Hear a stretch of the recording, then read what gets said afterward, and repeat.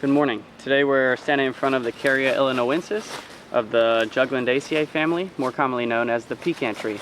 We're standing a little bit far away just because there's a bunch of poison oak at the base of the tree, but that's it over my left shoulder. It's a skinny tree back there.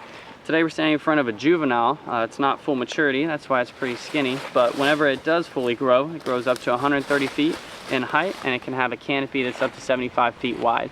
The trunk is usually 2 meters, 6 feet.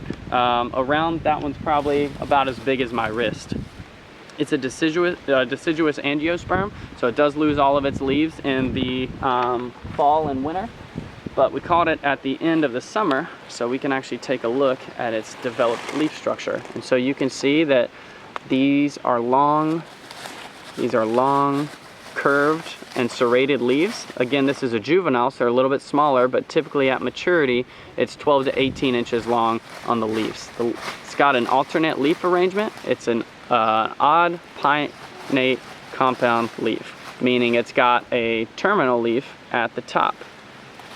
So that's the leaf structure. And then if we come down and look at the end of the twig at the node, we can see the bud, a bud.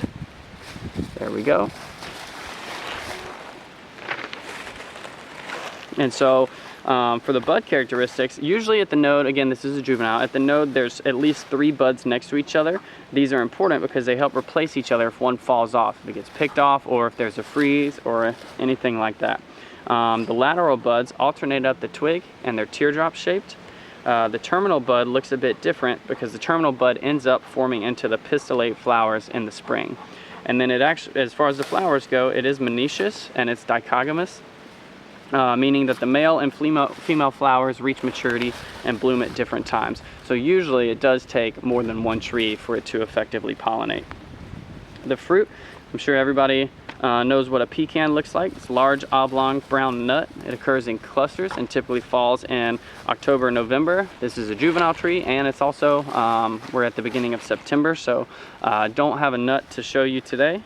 As far as the bark goes, when it's a juvenile, it's grayish or light brown and smooth, and then as it gets older, it'll develop into scaly fissures. And so if we zoom in here, it might be hard for the camera to focus that far away, but you can see that it's a juvenile. It is a little bit grayish. It is starting to get its fissures though. And then they typically grow on well-drained loam soils, native from Iowa to Indiana to Alabama and Texas and Mexico, but 75% of the total crop is in Georgia, New Mexico, and Texas. US and Mexico account for the majority of global pecan production, and I've seen a couple different estimates of that. I think they usually range around 90% of the global pecan production is done by the United States and Mexico.